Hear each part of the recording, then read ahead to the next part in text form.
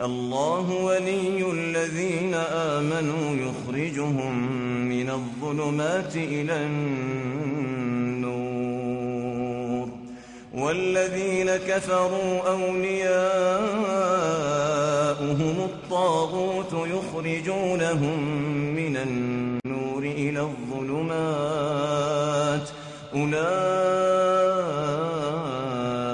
أصحاب النار هم فيها خالدون. سبحان الله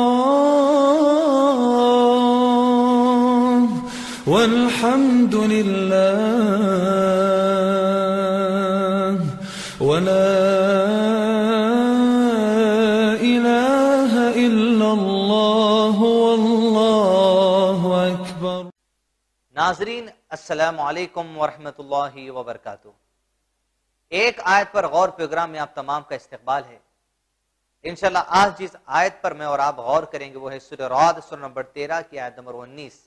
اس میں اللہ سبحانہ وتعالی فرماتے ہیں اعوذ باللہ من الشیطان الرجیم افمن يعلم انما انزل الیک من ربک الحق کمن هو اعمی انما يتذکر اولو الالباب.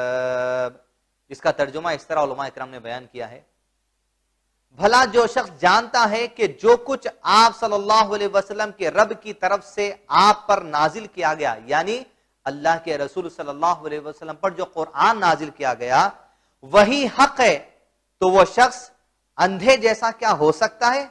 بس عقل والے ہی نصیحت پکڑتے ہیں. ناظرین اکرام، اس آیت سے مجھ کو اور آپ کو جو اہم درس ملا وہ یہ ہے کہ جو شخص یہ جان لے کہ قرآن مجید جو اللہ کے رسول صلی اللہ علیہ وسلم پر اللہ سبحانہ وتعالی کی طرف سے نازل کیا گیا ہے، یہ قرآن مجید جب حق ہے، یہ اللہ کی طرف سے شریعت ہے جو ہمارے لیے دی گئی اور قیامت تک آنے والے لوگوں کے لیے دی گئی. اب یہ حق جان لینے کے بعد اگر میں اور آپ قرآن مجید سے اپنے آپ کو دور رکھنا پسند کرتے ہیں تو اللہ سبحانہ وتعالی فرماتے ہیں یہ مومنوں کی صفات نہیں ہے، یہ اندھے لوگوں کی صفات ہے. اصل میں حق جانتے ہوئے کہ اللہ کی طرف سے کلام آ چکا ہے، اسے نہ پڑھتے ہیں، نہ سمجھتے ہیں، نہ زندگیوں میں اپنے اسے لاگو کرتے ہیں، وہ یہ اندھے لوگوں کی سی مثال ہے. بس عقل مند لوگوں کی مثال تو یہ ہے کہ عقل مند لوگ اللہ کی آیت پر غور کرتے ہیں، اسے سمجھتے ہیں، اپنی زندگیوں میں لاگو کرتے ہیں اور لوگوں کے سامنے اس کو پیش کرتے ہیں. ناظرین اکرام، قرآن سے اپنے رشتے کو مضبوط کرے اور اللہ سبحانہ وتعالی کی رضا حاصل کریں. السلام علیکم ورحمۃ اللہ وبرکاتہ. سبحان اللہ والحمد للہ